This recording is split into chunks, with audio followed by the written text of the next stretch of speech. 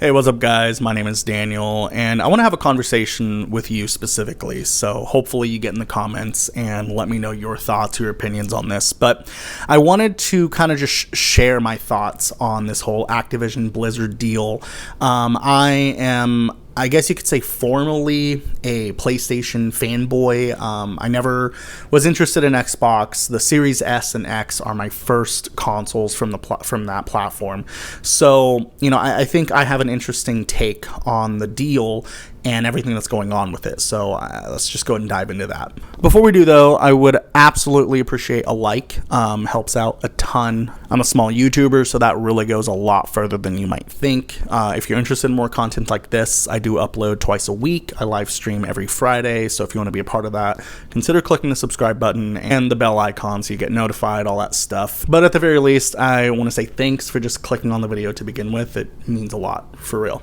Okay, with that out of the way, I want to share, I think, from the top, right? I want to say that I am pro Activision, Blizzard, Xbox. I am for the deal. I'm very excited because as a new Xbox customer, I see the value. I really see the benefits. And I know that it's not all cupcakes and rainbows. I don't have a problem with capitalism doing its thing. I only have a problem if that starts hurting consumers or goes against our best interests. But as somebody who, again, is new to Xbox, somebody who is just seeing all this for the first time and getting to be a part of history. That's kind of what's really cool about this. This is a historical moment for the gaming industry, and it's really cool to be a part of that, right? So I think it's really important to, at least dissect this and really figure out where you stand on it, because it's really easy to just say, oh, I'm excited for Call of Duty to come to Game Pass, or, if you're really not so intelligent about the whole situation, to think that Call of Duty is now an Xbox exclusive. That's just simply not the case, and I don't think it should be. I think there's a lot of people that really wish Call of Duty would be exclusive to Xbox. I think that would ruin Call of Duty as a whole, just because the player base is so large, and if not all of those people are going to find it worth buying an Xbox just to play, or whatever. I think the real magic here is going to have specifically the legacy content on Game Pass. And when I mean content, I mean more than just Call of Duty. And that's really important to note, because there are a ton of IPs and stuff coming to Xbox through this merger. And I have a feeling a lot of them will stay multi-platform, right? I think smaller IPs will become Xbox exclusive. For example, Tony Hawk, I think, will stay multi-platform. I think that's a pretty big IP, and everyone enjoys that. But I could see something like maybe Spyro the Dragon, right? That hasn't been used in a lot of time. I think the last thing we got was that Reignited trilogy. So, I don't really see a point in bringing that multi-platform. I think that would be a good game to say, hey, it's on Game Pass, it's exclusive, have a blast, right? Here's a new Spyro game. Pretty cool stuff. But then we have, again, those bigger IPs, like I mentioned with Tony Hawk, Call of Duty, obviously. I think even Crash Bandicoot. I think Crash Bandicoot is a good one to keep multi-platform. And I think that one could go either way. I don't really see it detrimental to being multi-platform. The game sells, it's well known, but I don't think it sells crazy numbers like some of these other IPs that, Xbox would be more inclined to put out there.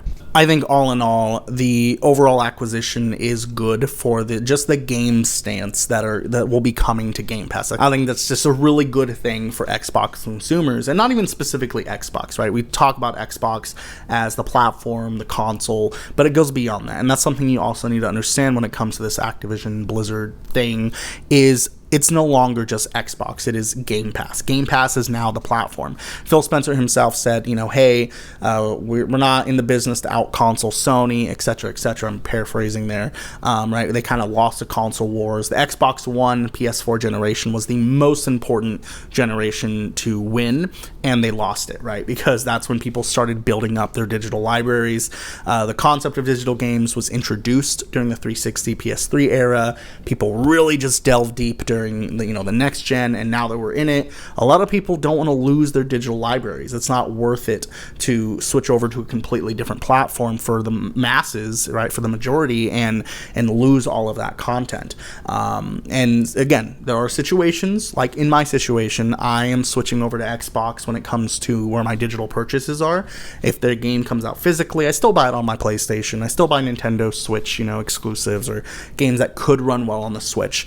But I think when it comes to Xbox, that is my Game Pass machine, it's my multiplayer machine, and it is my digital machine, basically. And I'll actually touch on that more this Friday following this video. That'll be the live stream topic. So if you want to talk about more specifically about digital, physical, all that stuff, again, consider subscribing and being a part of that.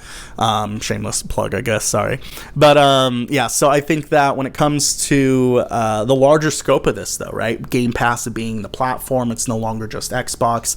I really see the benefits because Xbox is already signing these contracts. I mean, Sony just signed the deal. So, it's one of these things where Xbox is committed to making sure these games stay multi-platform because that's financially within their best interest.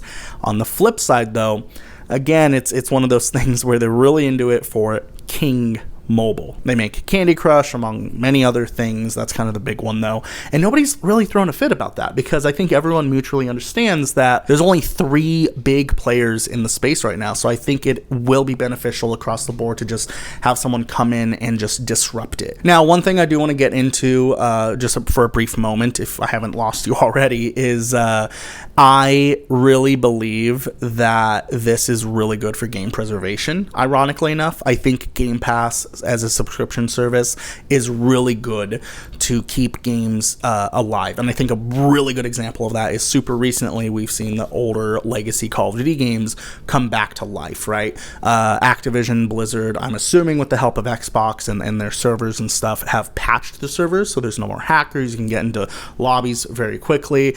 And because of that, the player base is returning.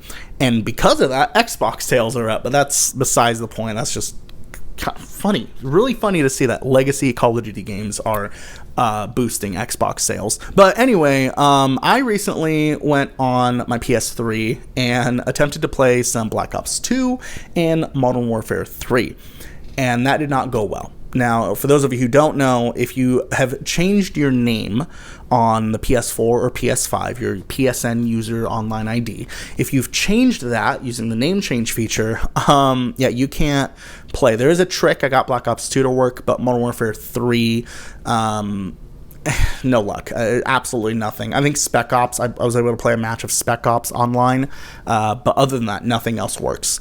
And furthermore, for Black Ops 2, other than signing out of PSN to load the game in, you can't even play single player. It freezes. The whole system just freezes. So you have to sign out of your account, of your PSN ID, open the game, and then you can sign in after a whole bunch of other steps. But it's best to just sign out, play the game, sign back in when you're done if you're doing the campaign, which is why I kept a lot of the older Call of Duty games on my PS3 is just for those campaigns because I think they were so good. But in hindsight, if I had bought them on my Xbox all those years ago, I could just be playing them on my Series X right now. Now, the last thing I want to touch on before I end the video is I really do think that Xbox purchasing Activision Blizzard King is going to put a fire under Sony's butt, I guess, right? I think that PlayStation has been sitting way too comfortable for way too long. It was really close during the PS3 360 generation, but we saw it with Xbox. Xbox got a little too comfortable, a little too cocky about their situation, them winning the console wars, and PlayStation just came in and swooped it from under them at the end, right? And then the PS4 generation, easy landslide win, and then we have this generation, and PS5 has been dominating this whole time, and I really think that this will make PlayStation realize that they can't just rely on the status quo to succeed. They're going to have to innovate and introduce new IPs, new things, right? New technologies, all that sort of stuff. I'm really excited to see what happens. I'm a little upset that the thing got pushed back so far to actually the day after my birthday, so the deadline is now October 18th, though I'm confident that it will be solved a lot sooner than that. But only time will tell. Anyway, thank you for watching if you somehow made it to this far in the video. Again, hope that you commented your opinions down below, what you think about this whole deal, and dropped a like, potentially. Again, consider subscribing. I do upload Mondays, Wednesdays, and I live stream every Friday, so if you want to be a part of that, you know what to do. Anyway, thanks for watching, and I will catch you in the next one.